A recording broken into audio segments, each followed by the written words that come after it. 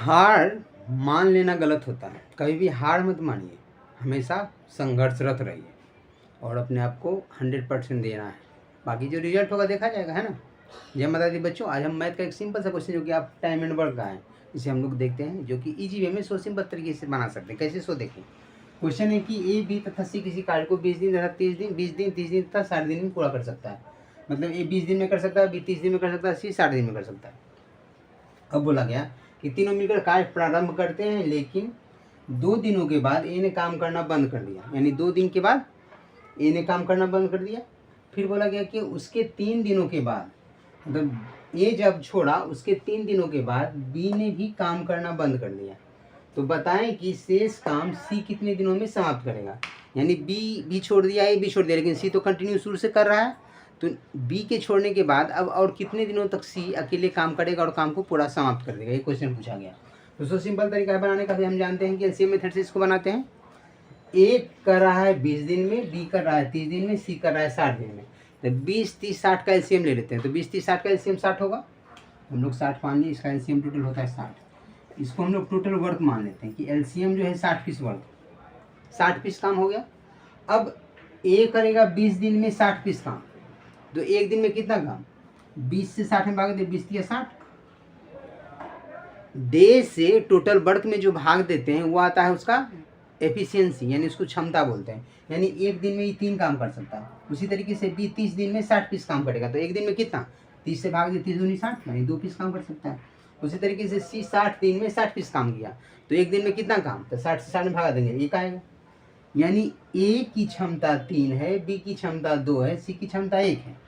इस क्षमता से तीनों काम किया, क्योंकि ए ने 20 दिन में काम पूरा किया, बी ने 30 दिन में काम पूरा किया, सी ने 60 दिन में काम पूरा किया। टोटल वर्क 60 है। तो देखिए 20 या 60, 30 दूनी 60, 60 एकम 60, सिंपल सा तरीका। तो ये तो हम जान गए। अब क्वेश्चन में जो कर रहा है सो समझिए कि तीनों मिलके कार्य करना प्रारंभ करते हैं। तीनों मिलके काम करेगा, तो 3 एफिशिएंसी ए का है, 2 एफिशिएंसी बी का है, 1 एफिशिएंसी सी का है। तो 3 2 5 + 1 यानी 6 के एफिशिएंसी से काम करना शुरू किया। कितने दिन काम किया, क्वेश्चन बोल रहा है कि 2 दिनों के बाद ए ने काम करना बंद कर दिया। तो 2 दिनों के बाद ही काम करना जब बंद कर दिया ए ने, तो 2 दिन तक तो कंटिन्यू तीनों मिलके काम किया।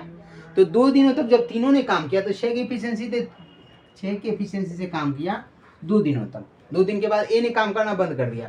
तो ए ने काम करना बंद कर दिया, ए की क्षमता 3 है, तो 3 तो घट गया क्षमता, पर डे एफिशिएंसी 3 घट गया।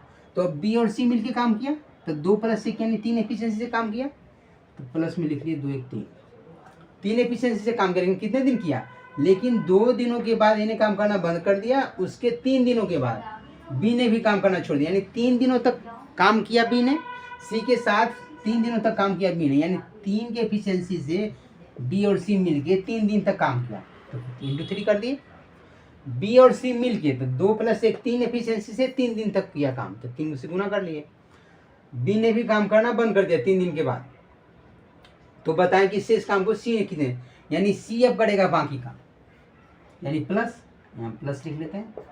सी का एफिशिएंसी है कितना, 1 एफिशिएंसी से काम करेगा, इंटू डे नहीं मालूम है तो इंटू डी कर लेते हैं। टोटल वर्क है कितना, हम लोग को मालूम है कि टोटल वर्क जो एलसीएम होता है वही टोटल वर्क को रिप्रेजेंट करता है। 60 पीस टोटल वर्क हो गया, 60 से गुना कर लिया। अब देखिए 6 दूनी 12, 3 तिहाई 9, 12 9 21। तो यहाँ से 1 × डी यानी डी, डी बराबर कितना हो गया, 60 इधर था, 6 दूनी 12, 3 तिहाई 9, 12 9 21, 21 इधर आके घट गया। तो 60 में 21 का कितना, 39 दिन।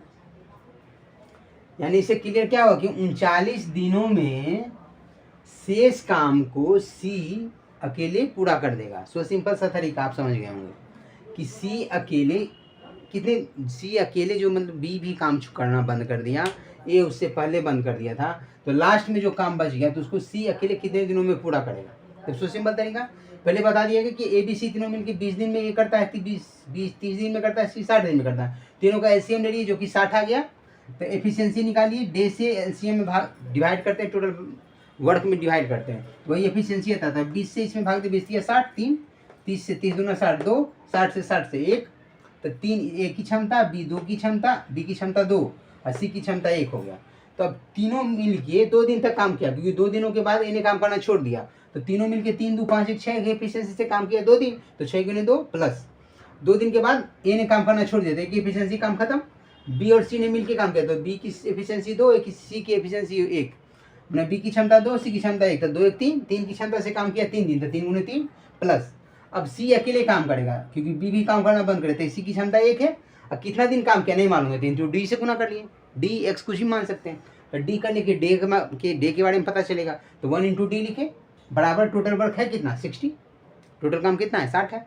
अब बस सोल्व कर दी, 14 12 3 9 12 9 21, 1 इंटू डी यानी डी, तो डी को यहीं रख लिया, इसको 21 को उधर रख दिया, तो 60 माइनस 21 39 दिन, तो सी शेष काम को 39 दिनों में पूरा कर लेगा। This is the right answer of this question. तो आप समझ गए होंगे, नेक्स्ट समझते हैं।